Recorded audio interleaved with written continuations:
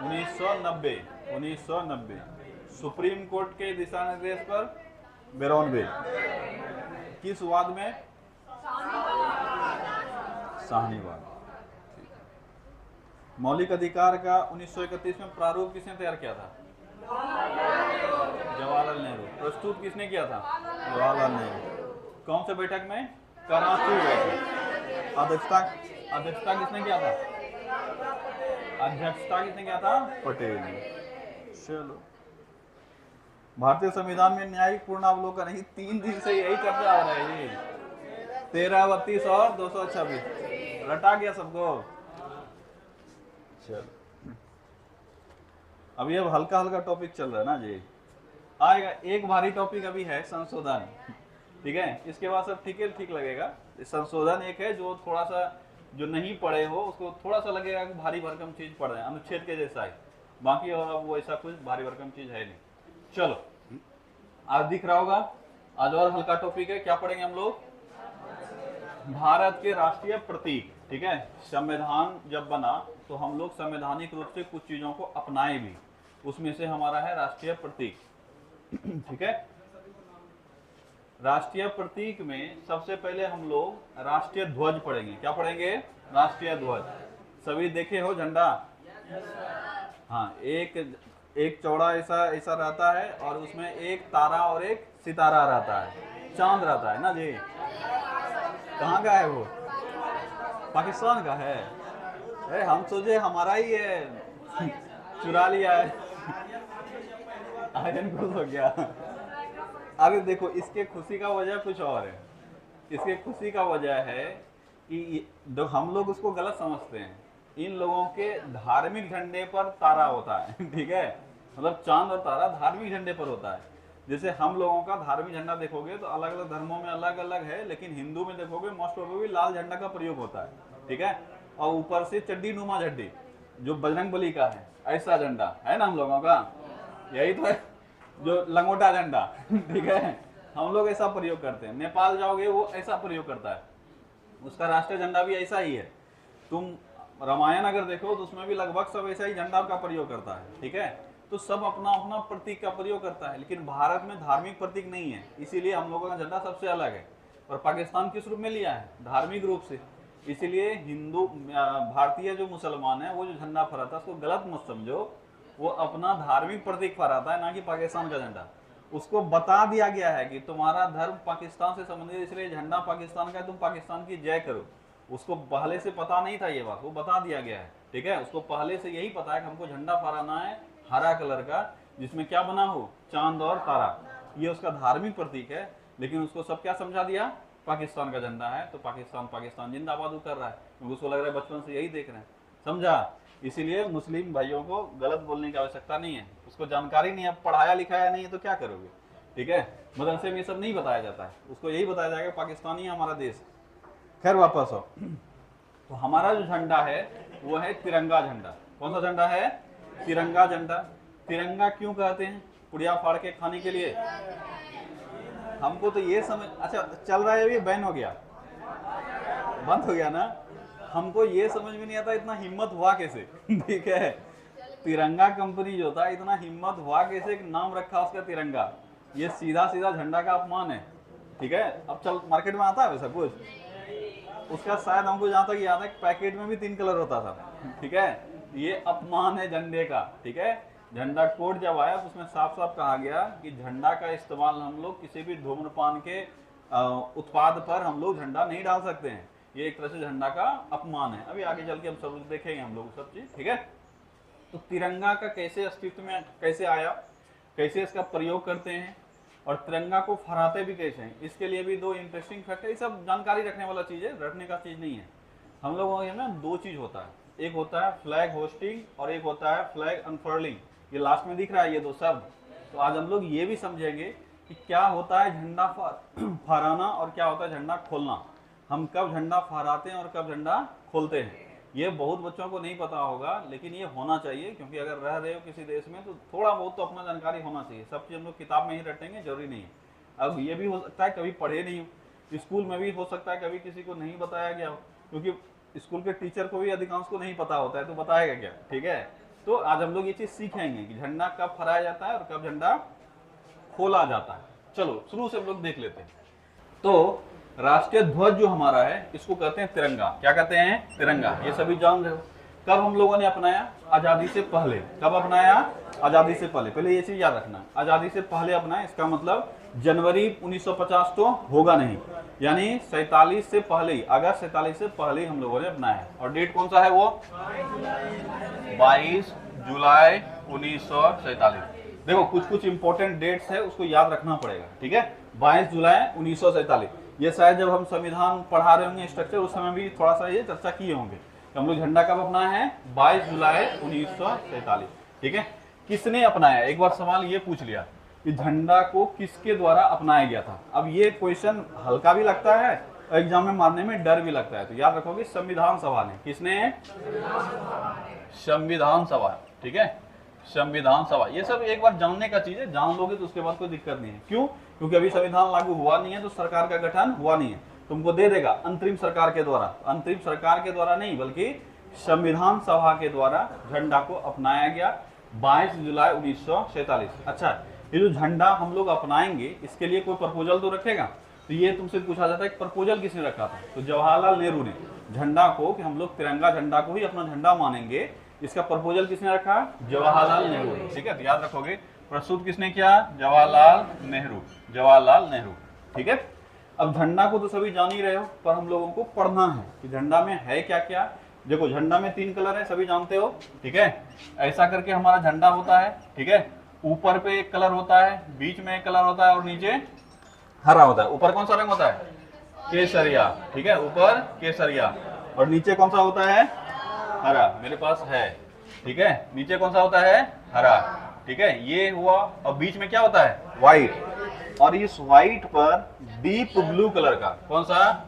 गहरा नीला, नीला नहीं बल्कि गहरा नीला कलर का चक्र होता है। और इसमें कुछ स्पोक्स बने होते हैं, तीलियां बनी होती है, ठीक है। यही है हमारा झंडा, इसी को हम लोग पढ़ रहे हैं। तो 3 कलर में सबसे ऊपर। अच्छा, बड़ा बढ़िया से एक सवाल यहाँ पूछा जाता है कि हमारे झंडे में कितने कलर हैं? तो अक्सर बच्चा 3 मारता है। वो तो अभी हम पूछ रहे हैं तो तुम लोग कुछ सोच के मारा होगा, एग्जाम में 3 मार के आ जाता है। गलत है। हमारे झंडे में कितने रंग का प्रयोग हुआ है? 4, ठीक है। इसको याद रखोगे, ठीक है। पहले एक बार स्वरूप देख लेते हैं, उसके बाद रंग पे जहां होगा जाएंगे। तो तिरंगा का आकार कैसा है? अगर आकार पूछा जाए तो आयताकार। कैसा है? आयताकार। ऑब्वियस है, ठीक है, ये देख के ही लग रहा है कि आयत है। तो हमारा तिरंगा का आकार कैसा है? आयताकार। और इसमें लंबाई चौड़ाई का अनुपात तुमको पता होना चाहिए। ऐसे ही नहीं कि कोई कपड़ा काटे थान से और बना दिए, ठीक है, ऐसा झंडा नहीं बना सकते हैं। लंबाई चौड़ाई का अनुपात का ध्यान रखना पड़ेगा। हमेशा लंबाई चौड़ाई होगा 3:2 की रेशियो में। ध्यान दोगे एग्जाम में उल्टा भी पूछा जाता है, चौड़ाई लंबाई का अनुपात। ये एग्जाम का पूछा हुआ सवाल है। तो ये ऐसा नहीं कि ये जान नहीं रहे हो, ये जानते हुए गलती करोगे। अगर एग्जाम में पूछा चौड़ाई लंबाई का अनुपात, तुम्हारे दिमाग में रटा हुआ रहेगा 3:2, मार के आ जाओगे। पहला ऑप्शन एसएससी सीजीएल का पूछा हुआ सवाल है, झंडे की चौड़ाई लंबाई का अनुपात क्या है? पहला ऑप्शन 3:2। 90% बच्चा मार के आया होगा, और हम उसका गलती नहीं दे सकते हैं क्योंकि वो पढ़ा है, क्वेश्चन ढंग से नहीं पढ़ा, ठीक है। ऐसे ही कल जब साइंस में बता रहे होंगे, ऊर्ध्वपातन के बारे में बता रहे होंगे, दरोगा एग्जाम में पूछा कि अगर कोई वस्तु सॉलिड से डायरेक्ट गैस बनता है तो उसको क्या कहते हैं? ये ना पूछा था? नहीं, गैस से सॉलिड बनता है उसको क्या कहते हैं? सॉलिड से गैस बनेगा तो ऊर्ध्वपातन होगा, लेकिन गैस से सॉलिड बनेगा तो निक्षेपण यानी डिपोजिशन होगा। अब यही एग्जाम में पूछा और पहला ऑप्शन का डाल दिया ऊर्ध्वपातन। मैक्सिमम बच्चा ऊर्ध्वपातन का डेफिनेशन रटा हुआ है और बहुत बार रिपीट भी किया हुआ है, जिसलिए उसको याद है, सब मार के आ गया ऊर्ध्वपातन, ठीक है। तो गलती होता है, इसलिए क्वेश्चन को ध्यान से पढ़ोगे।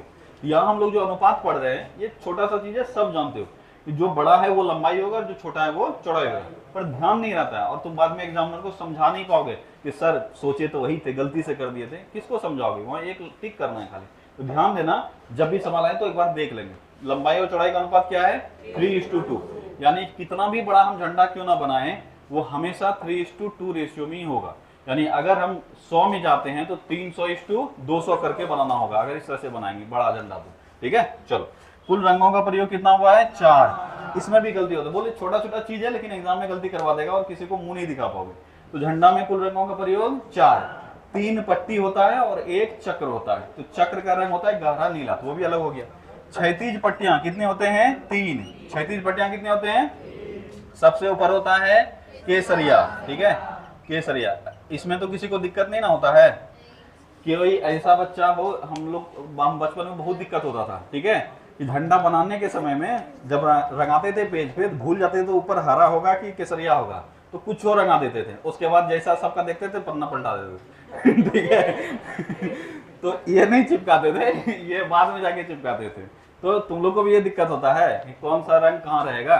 अब बड़ा हो गया है, अब सबको पता है कि नीचे कौन सा रंग जाएगा, जमीन वाला रंग, दूसरे सेंस में नहीं जा रहे हैं अभी, नीचे जमीन का रंग है ना, हरा। हरा किसका प्रतीक है, जमीन, घास भूसा का। तो याद रखना हमेशा घास भूसा क्या होगा, नीचे होगा, तो नीचे होगा तो नीचे ग्रीन जाएगा। इसको दूसरे सेंस में भी ले सकता है, जो समझदार है सारा काफी है, ठीक है। चलो आ जाओ, अब हम कुछ नहीं बोल रहे हैं, हम बता रहे हैं कि तुमको जो समझना है तुम समझ लो, लेकिन याद रखना पड़ेगा। तो सबसे ऊपर केसरिया, ठीक है। केसरिया किसका प्रतीक है, ध्यान दोगे, तीनों रंग का हमारे यहाँ पे जो इस्तेमाल किया गया। देखो झंडा, सबसे पहले जो ये तिरंगा का कॉन्सेप्ट आया है, ये शुरू से ऐसा नहीं था। कई सारे ऐसे झंडा हुए जिसमें विभिन्न प्रकार के कलर हुए, किसी में 7 कलर, किसी में 8 कलर। पहली बार 1921 ईस्वी में, ध्यान से सुनना, 1921 ईस्वी में एक आदमी का नाम था पिंगली वेंकैया। क्या नाम था, पिंगली वेंकैया, ठीक है। महात्मा गांधी एक बार गए हुए थे आंध्र प्रदेश क्षेत्र में, वो अपने विजयवाड़ा के यात्रा पर थे, वहीं पर पिंगली वेंकैया ने उनको एक झंडा दिया। उस झंडे में 2 कलर का प्रयोग हुआ था, लाल और हरा। किसका प्रयोग हुआ था, लाल और हरा, और बीच में चरखा था। यही से झंडा का कॉन्सेप्ट आया। इससे पहले इस तरह के झंडे का निर्माण करने का कॉन्सेप्ट भी नहीं आया था, ठीक है। लोग इस्तेमाल कर रहे थे, कोई 2 कलर, कोई 4 कलर, कोई 5 कलर, पर जो कॉन्सेप्ट पिंगली वेंकैया का था उससे ही हम लोग सुधार किए। पिंगली वेंकैया का कॉन्सेप्ट था लाल कलर, वो धार्मिक प्रतीक पे आ रहा था। लाल कलर हो गया हिंदुओं का और हरा कलर हो गया मुसलमानों का, और 2 कलर का हो गया, मतलब लाल और हरा दोनों है, हिंदू और मुस्लिम दोनों मिलकर भारत बना रहे हैं, और बीच में एक चरखा, तो गांधी जी का प्रतीक हो गया, ठीक है। 1921 में गांधी जी का प्रतीक करने का मतलब हुआ कि हम लोग गरीबी से कैसे ऊपर उठेंगे, उसका एक साधन उन्होंने दिया था। कौन सा साधन दिया था, चरखा। इसीलिए चरखा जो है ये डेवलपमेंट के प्रतीक के रूप में हम लोग अपनाए थे। तो पिंगली वेंकैया ने बड़ा सोच समझ के बनाया था। गांधी जी ने उनको ले भी लिया, ठीक है, बोला ठीक है ये झंडा काफी अहमियत लग रहा है, देखकर इसका अहमियत लग रहा है, हम इसका इस्तेमाल करेंगे। और उन्होंने उस झंडे का प्रयोग करना शुरू भी कर दिया, और उन्होंने उसको स्वराज ध्वज नाम दिया। क्या नाम दिया, स्वराज ध्वज, ठीक है। उसके बाद गांधी जी को भी ये लगा कि यहाँ पे धार्मिक चीज आ गया है, और इसलिए थोड़ा सा मतभेद आगे चलकर हो सकता है, क्योंकि बोलेगा लाल कलर ऊपर का है, हरा का है नहीं, ठीक है, तो इसमें भी मतभेद हो सकता है। तो वो चाहते थे कि हमारा देश जो है किसी धर्म को रिप्रेजेंट ना करे, नहीं तब 2 धर्म में बढ़ जाएगा, हिंदू और मुस्लिम। भारत में कितने धर्म रहते हैं, 2 धर्म, हिंदू और मुस्लिम, यही दोनों झंडा पर आ रहा है, ठीक है। इसलिए कांग्रेस और गांधी जी दोनों का विचार था हम झंडा एक ऐसा बनाए जो यूनिफॉर्मिटी दिखाए। फिर इसी पर और शोध चलता गया, शोध होते होते 1931 ईस्वी में, कब, 1931 ईस्वी में 3 रंग का प्रयोग किया गया। सबसे ऊपर केसरिया, सबसे ऊपर, बीच में व्हाइट और नीचे ग्रीन, ये 3 रंग का प्रयोग किया गया। पर तीनों में से किसी को भी धार्मिक रूप से नहीं देखा गया, इसलिए उसका अर्थ समझाया गया हम क्यों इस्तेमाल किए। और बीच में जो उजला था उसके जगह उसके बीच में रखा गया एक चरखा। क्या रखा गया, चरखा। 1931 में झंडा बनाया गया, 3 रंग तो उसमें था, लेकिन बीच में चक्र नहीं था, क्या था, चरखा था, ठीक है। तो अभी पहले हम लोग 3 रंगों का हम लोग देख लेते हैं आशय क्या है, उसके बाद आगे बढ़ेंगे। तो सबसे ऊपर केसरिया, ये किसका प्रतीक है, त्याग, जागृति, शौर्य और आत्मनियंत्रण। इन शॉर्ट अगर बोलेंगे तो शक्ति एवं साहस का, किसका है, शक्ति एवं साहस। तो याद रखना आज के डेट में भी केसरिया रंग का मुख्य रूप से जो उद्देश्य होता है, हम लोग उसको मिसयूज कर रहे हैं। केसरिया, तुम देखा होगा कि जितनी भी सन्यासी लोग होते हैं उनका वस्त्र क्या होता है, केसरिया। क्यों ऐसा था, क्योंकि हमारे देश में या दुनिया में अगर बोलोगे तो सबसे ज्यादा शक्तिशाली और आत्मनियंत्रित ये सन्यासी होते हैं। सन्यासी के पास किस रूप में कौन सा शक्ति है तुमको नहीं पता है, बहुत शक्तिशाली होते हैं वो लोग, ठीक है। मानसिक रूप से, शारीरिक रूप से, भले ही पतला चितला नजर आएगा। कभी देखा होगा कराटा वाला, चाइना वाला सब जो रहता है, वो लोग कभी कपड़ा कैसा होता है, लाल, लाल केसरिया, डीप लाल तरह का होगा, कत्थी कलर का, लेकिन केसरिया के रूप में ही वो लोग इस्तेमाल किया है, ठीक है, थोड़ा डीप हो गया है, ठीक है। देखोगे वो लोग शारीरिक रूप से भले ही पतला चितला नजर आएगा, पर खड़े खड़े तुमको आंख से मार देगा वो लोग, ठीक है, इतना ताकत होता है। देखे हो मूवी सब में, नहीं देखा है तो सचमुच ऐसा तो नहीं है कि आंख से मार देगा, पर इतना शक्ति है कि शरीर को बहुत फुर्तीला बना लेगा, ठीक है, इतना शक्ति है। एक आदमी का नाम बोल रहे हैं जो कि पानी पे चल सकता था। अब चलने का मतलब क्या हुआ, आराम आराम से ऐसे करके मटक मटक के चल रहा है। वो इस स्पीड से दौड़ता था कि वो कुछ दूर तक पानी के सतह को छूते हुए खाली निकलता था, उसमें डूबता नहीं था, ठीक है। तो इतना स्पीड वो अटेंड किया था, संभव है, ऐसा कर सकता है। खैर वापस आओ, तो केसरिया किसका प्रतीक होता है, साहस और आत्मनियंत्रण का। किसका होता है? साहस और आत्मनियंत्रण। तो हम लोग एक लाइन में बोल देंगे कि शक्ति एवं साहस का प्रतीक कौन रखता है? केसरिया। कौन करता है? केसरिया। दूसरा है बीच में सफेद। बीच में क्या होता है? सफेद। और सफेद शांति का प्रतीक है। युद्ध में तुमसे पूछा जाता है कि युद्ध में अगर मान लो दुश्मन या तुम खुद ही कोई भी सफेद कपड़ा दिखा दिया, इसका मतलब तुम क्या चाह रहे हो? शांति। तो युद्ध विराम का जो सिंबल होता है वो होता है सफेद झंडा। क्या होता है? सफेद झंडा। मान लो हम हार रहे हैं या हम किसी को हरा रहे हैं और सामने वाला अपने आप को मान लिया कि हम हार चुके हैं, तो वो क्या दिखा देगा? सफेद झंडा। अगर सफेद झंडा दिखा दिया तो ये युद्ध नीति है। देखो हर एक चीज का नीति होता है, युद्ध लड़ने का भी नीति होता है, ठीक है। वो अलग बात है कि कुछ लोग ऐसा है कि युद्ध नीति नहीं फॉलो करता है। पहले भी जितने भी युद्ध हुए हैं, चाहे धर्म युद्ध हुआ हो या अधर्म युद्ध हुआ हो, सब सुबह अनाउंस होता था घोषणा के साथ, शंखनाद के साथ, और शाम को सूर्यास्त के पहले ही युद्ध बंद हो जाता। मतलब सूर्यास्त आखिरी समय होगा युद्ध होने का। उसके बाद सब अपने अपने खेमे में चला जाएगा, महलम वगैरह लगाएगा, फिर दूसरे दिन युद्ध करने आएगा। ये नीति होता था। लेकिन कुछ कुख्यात लोग जैसे पाकिस्तान जैसा है, आज की डेट में भी युद्ध नीति फॉलो किया जाता है, लेकिन अब ये युद्ध नीति फॉलो करना बंद कर दिया। लेकिन फिर भी हम लोग फॉलो करते हैं। सामने से अगर कोई सफेद झंडा दिखा दिया तो हम लोग वार करना क्या करते हैं? बंद कर देते हैं। तो सफेद जो है यह शांति, सत्य और पवित्रता का क्या है? प्रतीक। और सबसे नीचे है हरा। सबसे नीचे हरा। हरा किसका है? मुख्य रूप से उर्वरता और समृद्धि का। उर्वरता और समृद्धि।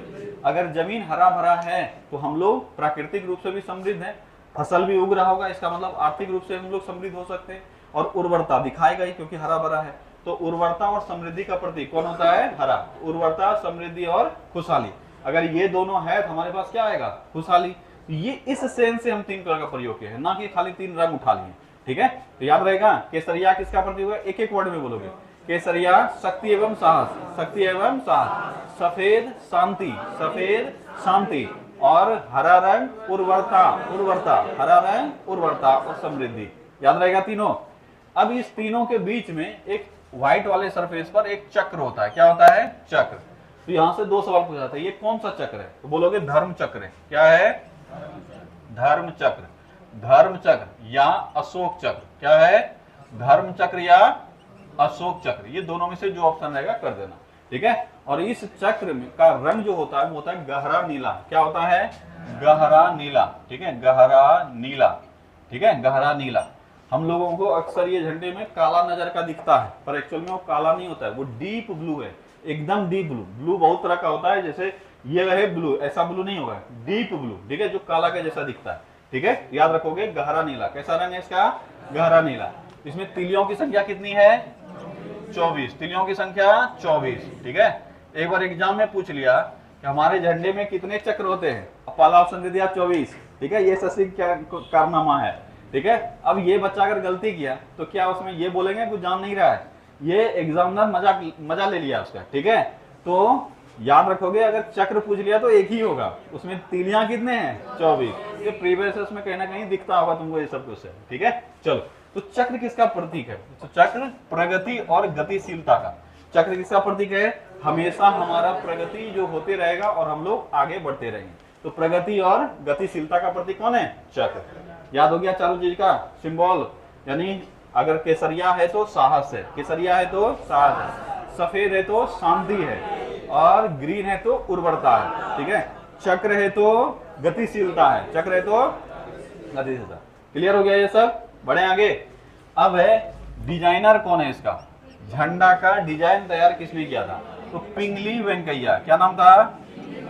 पिंगली वेंकैया, ठीक है। पिंगली वेंकैया। क्या नाम था इनका? पिंगली वेंकैया। आंध्र प्रदेश के ये रहने वाले थे। कहां के रहने वाले थे? आंध्र प्रदेश के, ठीक है। आंध्र प्रदेश के ये रहने वाले थे पिंगली वेंकैया। और इन्होंने सबसे पहले जो अपना झंडा दिया किसको दिया? गांधी जी को। किसको दिया? गांधी जी को। कहां दिया इन्होंने झंडा? तो विजयवाड़ा में। कहां दिया? विजयवाड़ा में। तो याद रखोगे पिंगली वेंकैया ने किस वर्ष गांधी जी को झंडा दिया? 1921 में। किस वर्ष? 1921। कहां दिया? विजयवाड़ा, ठीक है। गांधी जी जब विजयवाड़ा की यात्रा पर थे उसी के दौरान पिंगली वेंकैया ने अपना झंडा इनको सौंपा। और गांधी जी ने इसे किस रूप में? स्वराज ध्वज के रूप में प्रयोग करना शुरू किया। किस रूप में? स्वराज ध्वज, ठीक है। स्वराज ध्वज। गांधी जी का उस वक्त स्वराज इसकी जो कार्यक्रम चल रहा था उसमें कहीं पे भी वो रहते थे तो अपने झंडे के रूप में किसका इस्तेमाल करते थे? पिंगली वेंकैया के द्वारा दिया गया झंडा। ठीक है, अब इसमें जो रंग का इस्तेमाल हुआ था पहले ही बता दिए, 2 रंग था, लाल और हरा, और एक चरखा का इसमें इस्तेमाल किया गया था। वो भी काफी सोच समझ के दिमाग लगा के झंडा बनाए थे। ठीक है, कि हिंदू मुस्लिम एकता दिखाएंगे, बड़ा खुश हुआ होगा उसमें ना, जब झंडा दिया होगा, गांधी जी ले लिए होंगे कि हम देखो 2 रंग का इस्तेमाल किए हैं, हिंदू मुस्लिम एकता को दिखा रहे हैं, और चरखा का इस्तेमाल किया तो गांधी भी खुश हो जाएगा। ठीक है, अब ऑब्वियस है ना, चरखा की समर्थक कौन है, गांधी जी, तो चरखा भी लगा दिया, वो भी खुश हो जाएंगे। अब तुम अक्सर ऐसा करते हो, जब किसी बड़े आदमी से मिलने जाओगे तो उसके फेवरेट चीजों को लेकर जाओगे। अब जैसे आज अक्षय कुमार गए मोदी जी से मिलने, तो इसे पूछा कि आम आप कैसे खाते हैं, चूस के या काट के, क्योंकि ऐसे प्रश्नों से वो खुश होते हैं। तो ऐसे प्रश्न किए गए, देश जाए भाड़ में, आम चूसने दो, ठीक है, कोई दिक्कत नहीं है। तो इनका ये फेवरेट सवाल था कि आप आम कैसे खाते हैं, काट के कि चूस के। मोदी जी ने कहा दोनों तरीके से। ठीक है, आ जाओ वापस। तो पिंगली वेंकैया ने जो झंडा दिया था उसमें भी क्या इस्तेमाल किया था, चरखा। आगे चल के इस झंडे को डेवलप किया गया बढ़िया से, और 1931 ईस्वी, ये दोनों साल याद रखना, किस वर्ष, 1931। तो कांग्रेस ने इसको आधिकारिक दर्जा कब दिया झंडे को, 1931 में, और यहीं से ये बन गया हमारा तिरंगा। क्या बन गया, तिरंगा।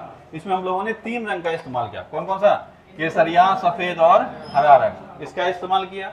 और बीच में क्या इस्तेमाल किया, एक चरखा।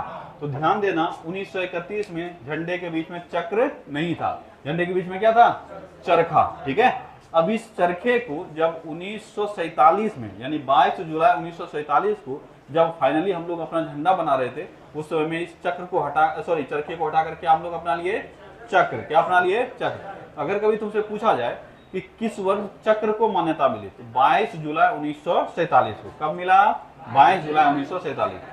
तिरंगा को कांग्रेस ने कब मान्यता दिया, 1931 में। कब दिया, 1931। तो याद रखोगे, इसमें चक्र की जगह क्या था, चरखा। ठीक है, इसके बाद एक और चीज पूछा जाता है कि झंडा गीत हमारा क्या है। ठीक है, ये सब अच्छा से मतलब सब जानता होगा, बचपन से पढ़ा होगा।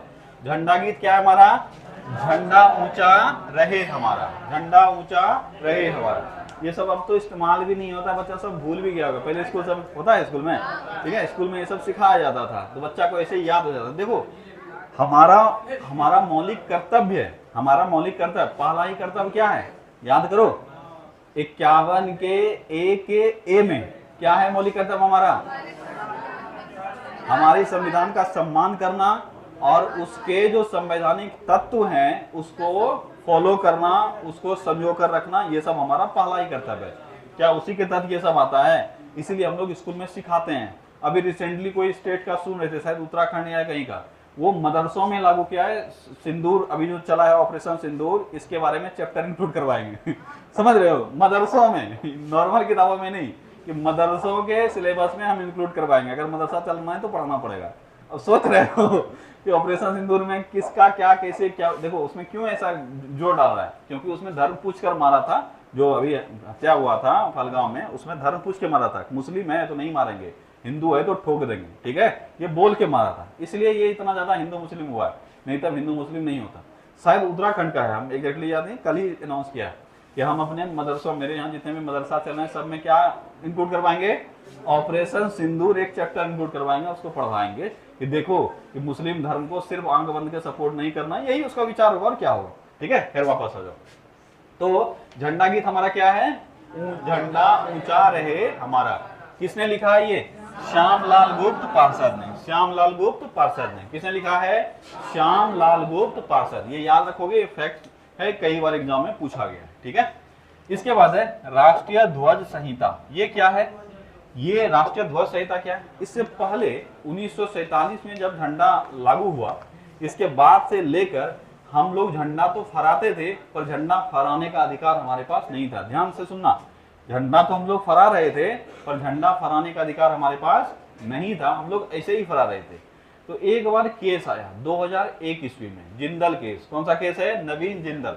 नवीन जिंदल जान रहे हो ना सब, जिंदल इंडस्ट्रीज के मालिक हैं नवीन जिंदल। ठीक है, तो ये अपने जो ऑफिस परिसर है वहां पर झंडा लगाए हुए थे, तिरंगा झंडा। ठीक है, शायद यूएस का ये कहानी है, तिरंगा झंडा लगाए हुए थे। तो उस परिसर में झंडा लगाने का इनका किसी ऑफिसर से विवाद हो गया, मतलब किसी सरकारी ऑफिसर से, आप किस अधिकार से झंडा लगाए। ठीक है, उसी पर विवाद हुआ, तो बोला हम भारतीय नागरिक है भाई, भारत का सम्मान करते हैं, कौन सा झंडा का हम अपमान कर रहे हैं। हम अगर अपने ऑफिस के ऊपर लगाए हैं झंडा तो इसका मतलब हम सम्मान ही बढ़ा रहे हैं, ऑब्वियस है ना जी।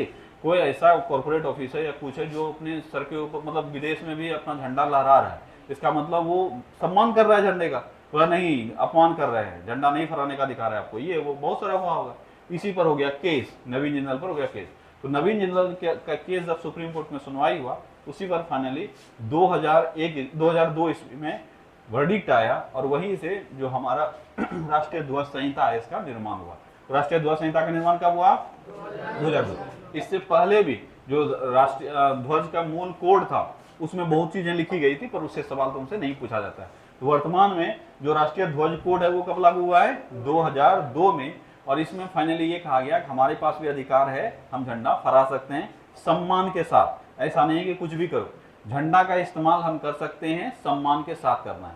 और 2004 में एक और वर्डिक्ट आया जिसमें यह कहा गया कि झंडा फहराना हमारा मौलिक अधिकार है। क्या है? मौलिक अधिकार। तो 2 साल का याद रखोगे। एक है राष्ट्रीय ध्वज संहिता कब अपनाया गया? 2002 में।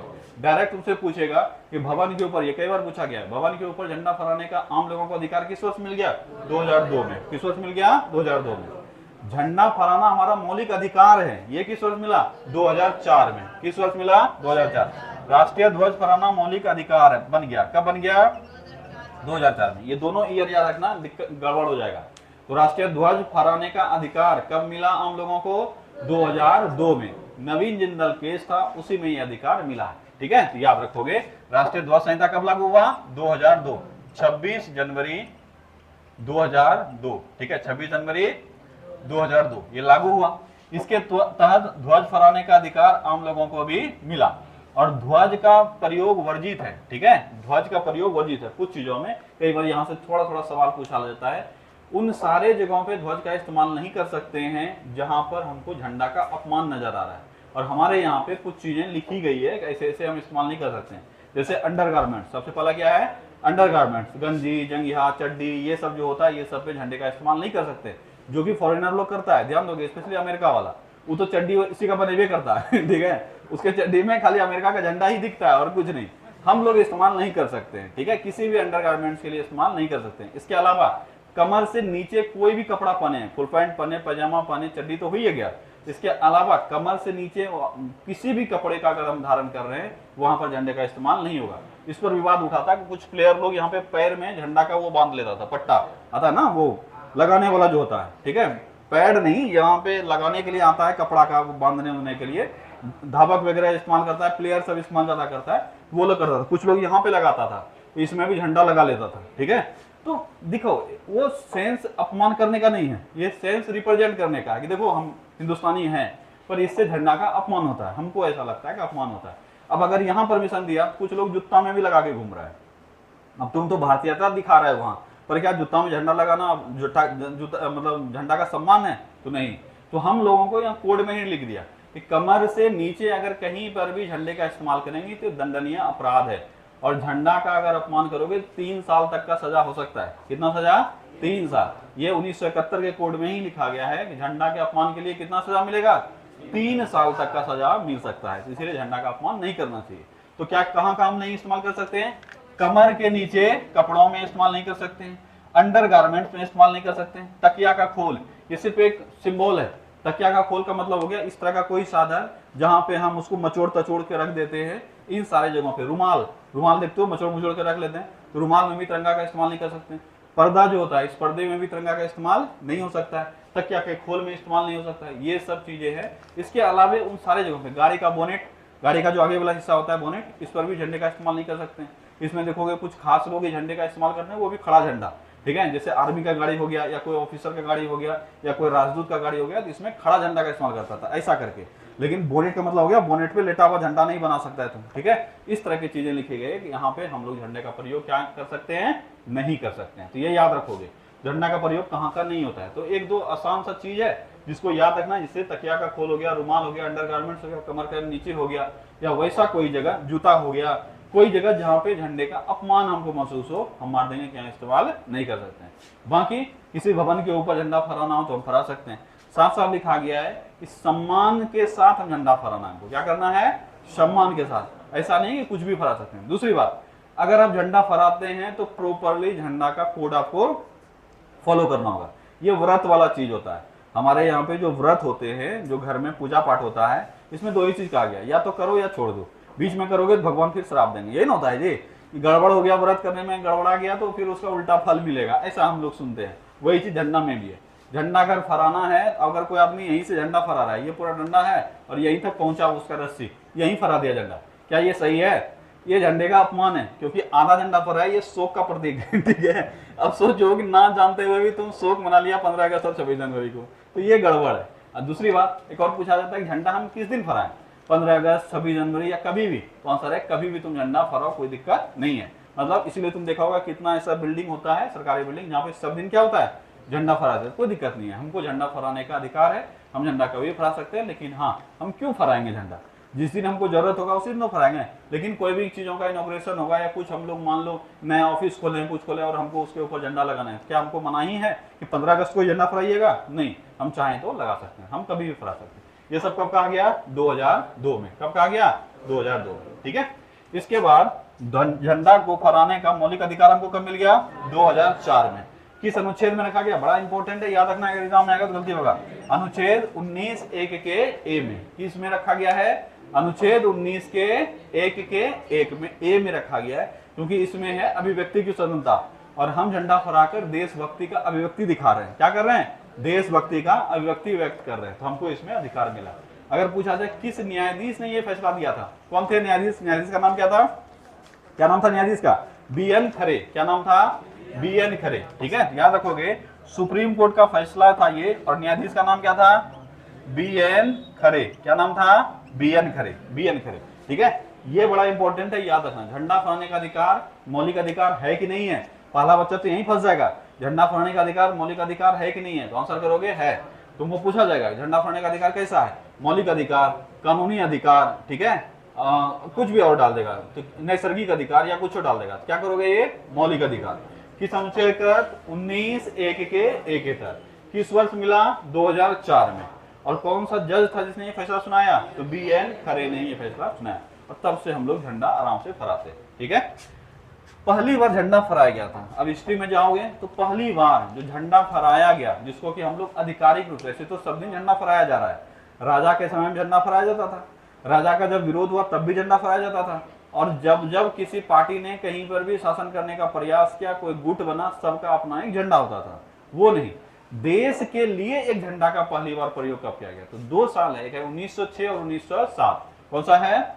1906 और 1907। तो पहली बार एक्चुअल में जो झंडा एक रिप्रेजेंट करते हुए फहराया गया था, वो था 1906। कौन सा था? 1906, जो कि कलकत्ता में ही फहराया गया था, पर इसको आधिकारिक मान्यता नहीं मिला। ठीक है, ये प्राइवेट लोगों के द्वारा फहराया गया था, आधिकारिक मान्यता नहीं मिला। नोट्स में है कि नहीं है इसके बारे में? है, झंडा कब फहराया गया देखो तो, हाँ, लास्ट वाला पेज में देखो। ठीक है, सेकंड लास्ट पेज पे।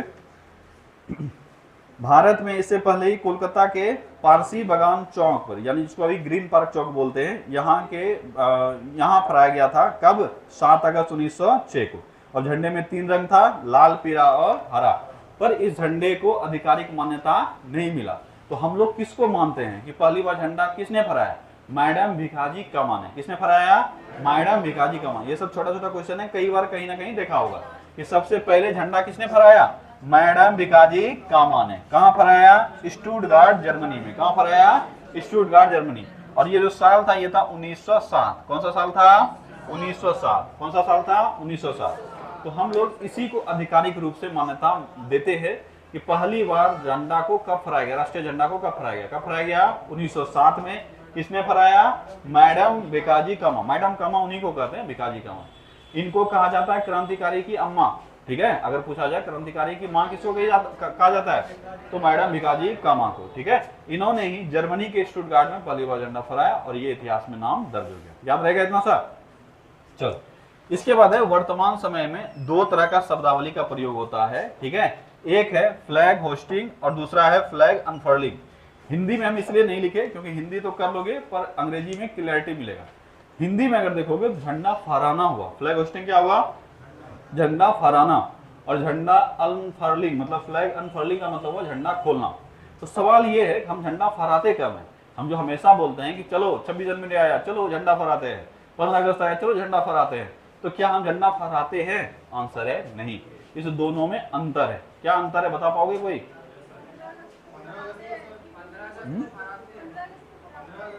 15 अगस्त को झंडा फहराते हैं, वो तो लिखा हुआ है। होता क्या है ये?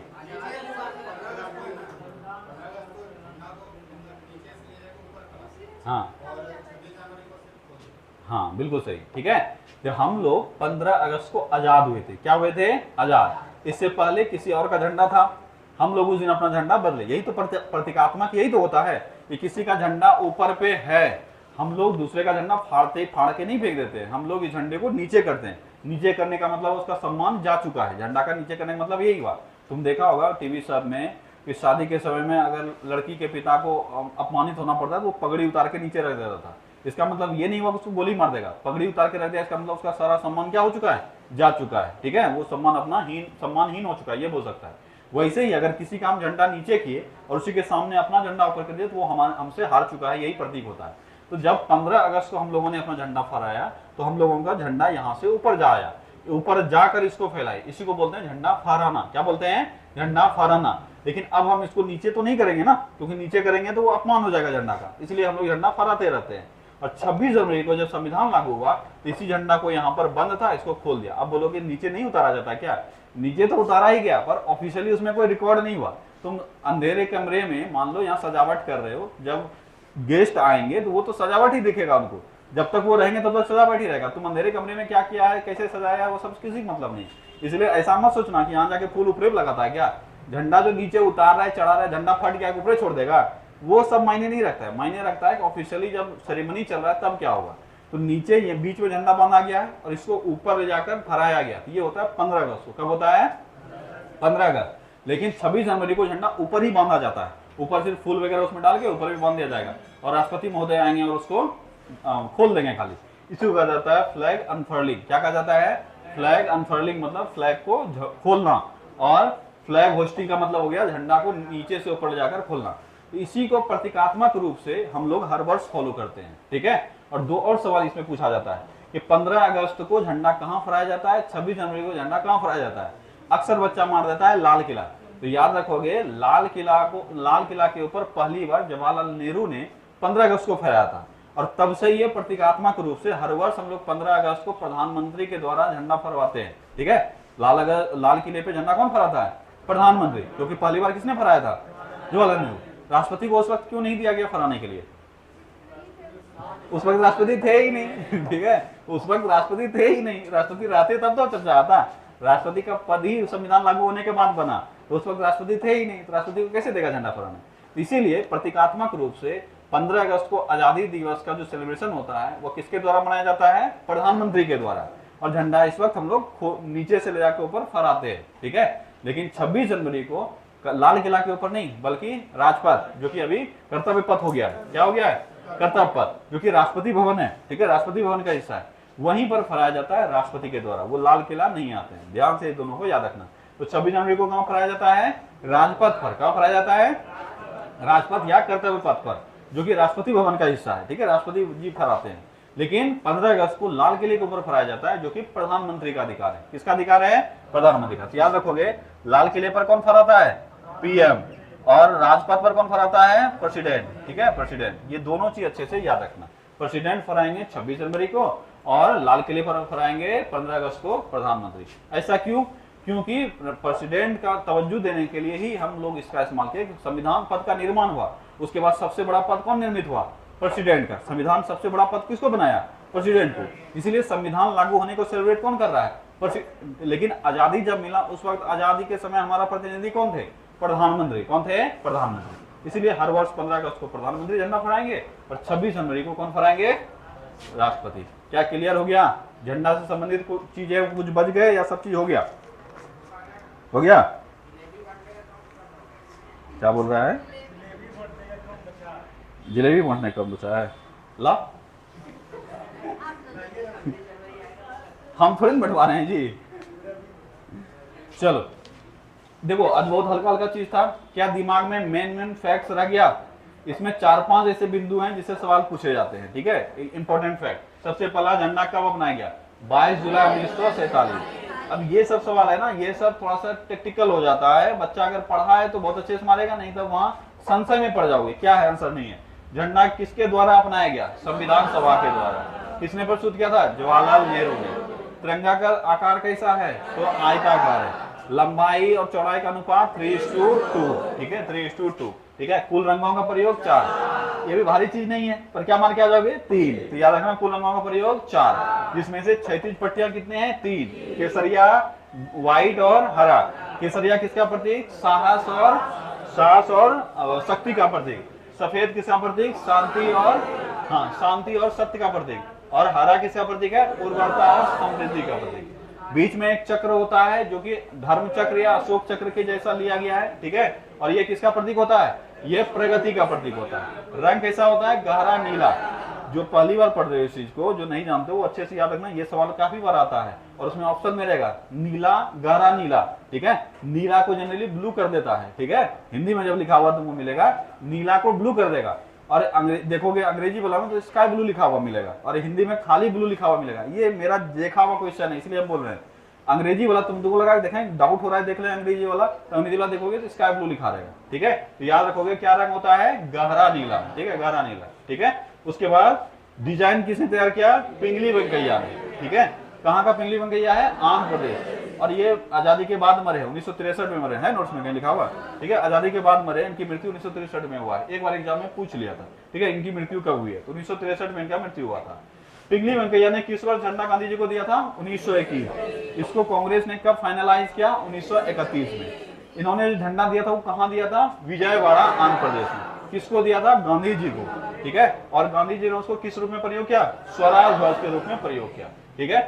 1931 में जो कांग्रेस ने झंडा फाइनलाइज किया, उसमें कितने रंगों का प्रयोग था? 3। और बीच में क्या था? चरखा। चरखा को चक्र से किस वर्ष रिप्लेस किया गया? 1947, 22 जुलाई 1947, ठीक है। यानी आजादी के समय जो हमारा झंडा था उसमें क्या था? चक्र ही था। क्या था? चक्र था। राष्ट्रीय ध्वज संहिता कब लागू हुआ? 2002। कब लागू हुआ? 2002। आम लोगों को घर के ऊपर या कहीं पर भी झंडा फहराने का अधिकार कब मिल गया? 2002 में। झंडा फहराना हमारा मौलिक अधिकार किस वर्ष बन गया? 2004 में। किस न्यायाधीश ने यह फैसला दिया था? BN खरे ने। किसने दिया था? BN खरे ने, ठीक है। उसके बाद पहली बार झंडा कब फहराया गया था? 1907 में। 1907 में किसने फहराया था? मैडम भिकाजी कामा। कहाँ फहराया था? फहराई थी, महिला है, फहराई थी। कहाँ? स्टुटगार्ट, जर्मनी में, ठीक है। और भारत में जो भी झंडा फहराया जाता है वो 2 दिवस के ऊपर पे हम लोग फहराते हैं, 15 अगस्त और 26 जनवरी। 15 अगस्त को कहाँ फहराया जाता है? लाल किले पर। और 26 जनवरी को राजपथ पर। 26 जनवरी को कौन फहराते हैं? प्रेसिडेंट। और 15 अगस्त को कौन फहराते हैं? प्रधानमंत्री, ठीक है। एक को कहा जाता है फ्लैग होस्टिंग और दूसरे को कहा जाता है फ्लैग फॉर अनफर्लिंग। तो फ्लैग होस्टिंग जिसको हम लोग कहते हैं, ये प्रधानमंत्री करते हैं, और फ्लैग अनफर्लिंग कौन करते हैं? राष्ट्रपति करते हैं, ठीक है। चलो, इतना सा चीज याद रखना। झंडा का कहानी हो गया खत्म।